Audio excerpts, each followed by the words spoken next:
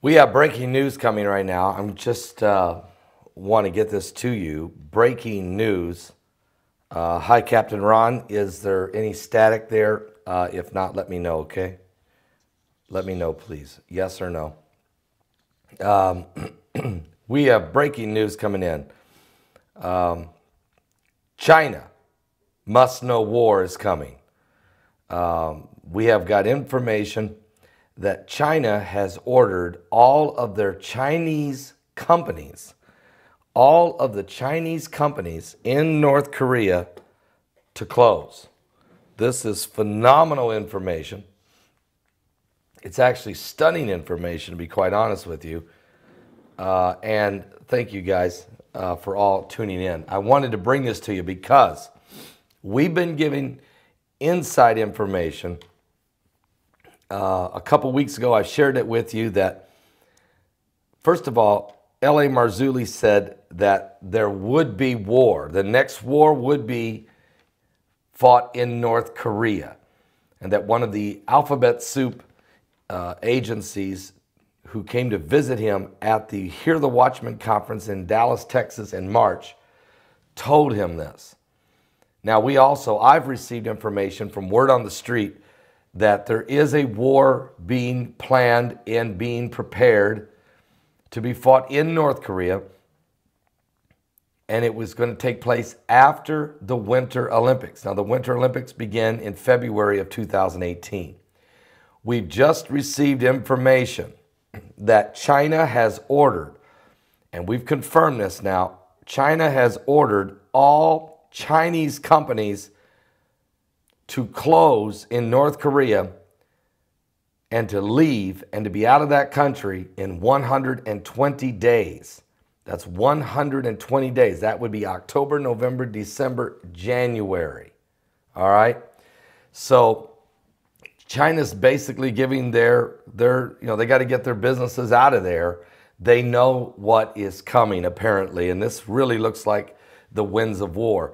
I've got a report here. Beijing orders all North Korean businesses to close, talking about Chinese-owned businesses in North Korea. In the latest sign that China is moving to dramatically limit its exposure to the reclusive hermit neighbor and longtime economic dependent, Chinese authorities today ordered all North Korean firms to stop doing business in the world's second largest economy with China, fulfilling Beijing's obligations according to the latest round of UN Security sanctions, which passed 2 weeks ago. So this is a two-step move.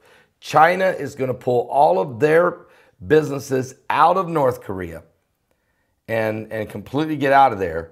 And they're telling all North Korean businesses to pack up and go back home. Folks, people do this when there's war on the horizon. The order comes just days after President Donald Trump revealed that the People's Bank of China had asked the country's banks to sever their business ties with North Korea. Specifically, they've ordered to stop providing financial services to North Korean customers and to wind down the existing loans, severing one of North Korea's most reliable connections to the global financial system. It was reported that the banks were warned that continuing to do transactions with North Korean businesses could result in embarrassment and economic losses. And this is according to Russia Today. Meanwhile, today, back on Tuesday, the United States announced sanctions against 8 North Korean banks and 26 different individuals. The new punitive measures followed President Trump's executive order targeting North Korean access to the international banking system. Perhaps the intensifying economic desperation in the isolated country has helped push more young men and women to volunteer for their country's army. According to the official propaganda, nearly 5 million North Koreans have volunteered to be in the army over the past week. Now, I'm going to give you a couple reasonings for that. It's not just because they're ready to go fight the United States or anyone else.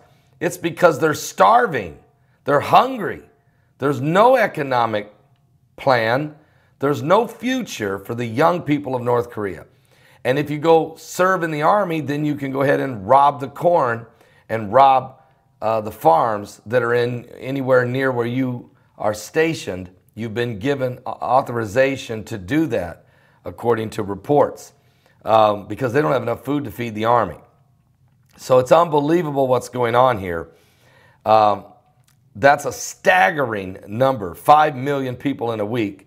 A success rate for the country's recruiters, considering North Korea has a population of 25 million people. So you get 5 million people to sign up for the army. China's President Xi Jinping has sought to soothe President Trump's doubts about Beijing's commitment to to creating a nuclear-free North Korea, though the Chinese government has continued to advocate for talks between the two countries that could eventually lead to a peaceful settlement. North Korea has accused the United States of declaring war on the North, which is basically what Trump is doing by shutting down the cash flow, by literally shutting off the cash flow, forcing China to participate in this, and daring Russia to say a word. What Trump has done is put North Korea on absolute notice that if you want to continue this fight, this verbal onslaught, this detonating of nuclear bombs, this firing of missiles over the heads of the Japanese, if you want to continue this saber rattling, you will do it with an empty stomach. And if you want to go to war, we're more than ready to go. That is the word, that is the message. There's no more payoffs, no more ransom, no more the United States paying you to be good. That's over. This isn't Bill Clinton in the White House. This isn't George W. Bush in the White House. This isn't Barack Obama in the White House. This is President Donald J. Trump. And he doesn't do business that way. And this is a whole new game. And the global elitists are trembling in their boots because they see their new world order opportunities starting to slip through their fingers, and they're very, very concerned. Well, the U.S. officials have expressed hope that the economic sanctions will force North Korea to the negotiating table. However, their economy has proven resilient so far. That's because China's been funding it. China has been feeding it. But will China's decision to sever ties with the North Koreans make a difference? Well, we'll see. We'll find out. If not, we'll find out then who else is helping the North Koreans. We know the Iranians are, and we suspect the Russians are as well. But we'll wait and see how this starts to pan out, folks. But certainly, are you serious? Are you serious? Something biblical is going on here with the signs of the second coming of Christ. I want to read Revelation 16, just 3 verses. It goes right along with this. Is this the South Asian Armageddon? Here's what it says in the book of Revelation, chapter 16, in verse 12. And the sixth angel poured out his vial upon the great river Euphrates, and the water thereof was dried up. Now, first of all, I don't know why this is so important.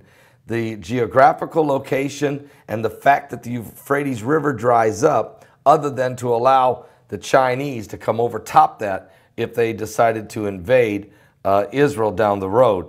But it also is anytime there's a spiritual, whatever's going on in the spiritual world, something also takes place in the physical. Check it out. So he tells us in this revelation that the river Euphrates would dry up. Right now, in the last 8 years, the river Euphrates has dried up 80%. You can go look at the Google map from 8 years ago. Look at it now. It will blow your mind. Now, then it says, the Euphrates water will dry up, that the way of the kings of the east might be prepared. Who are the kings of the east? Well, certainly North Korea, South Korea, Japan, China, Russia, Malaysia, Indonesia, the Philippines, the Vietnamese, they're all in there, okay? Who are they? Well, they're all going to be affected by these three unclean spirits. Verse 13, I saw three unclean spirits like frogs come out of the mouth of the dragon, out of the mouth of the beast, and out of the mouth of the false prophets. The false prophet, For this, in other words, Satan, the Antichrist, and the false prophet. For they are the spirits of devils working miracles which go forth unto the kings of the earth. So it's not just affecting those in South Asia or in the East, but all of the leaders of the world will be inundated with these demonic spirits. And they are the spirits of devils working miracles. They go forth unto the kings of the earth and of the whole world to gather them to the battle of that great day of God Almighty. Well, what day is that? Well, in verse 16, and he gathered them together into a place called in the Hebrew tongue Armageddon. Well, that, of course, is in Israel at the foothill of the mountain of Megiddo. But Jesus did say one thing in the verse before that. In verse 15, in red, Jesus speaks in this prophecy and says, Behold, I come as a thief. Blessed is he that watcheth and keepeth his garments, lest he walk naked and they see his shame. Are you saved? Give your life to Jesus Christ. I want to tell you something. We're going to be talking about this and a whole lot more tonight. Wow! It looks like that the preparation for the great South Asia Armageddon is coming. Are you saved? I'll see you tonight on Primetime Live. I'll be back again with a couple more videos. And then at 10 p.m. Eastern, we'll break this whole thing down for you live on Primetime Live. God bless all of you. Thank you guys for showing up in the chat room. God bless all of you. I'll be back a little bit later with more from the coming apocalypse. It is coming.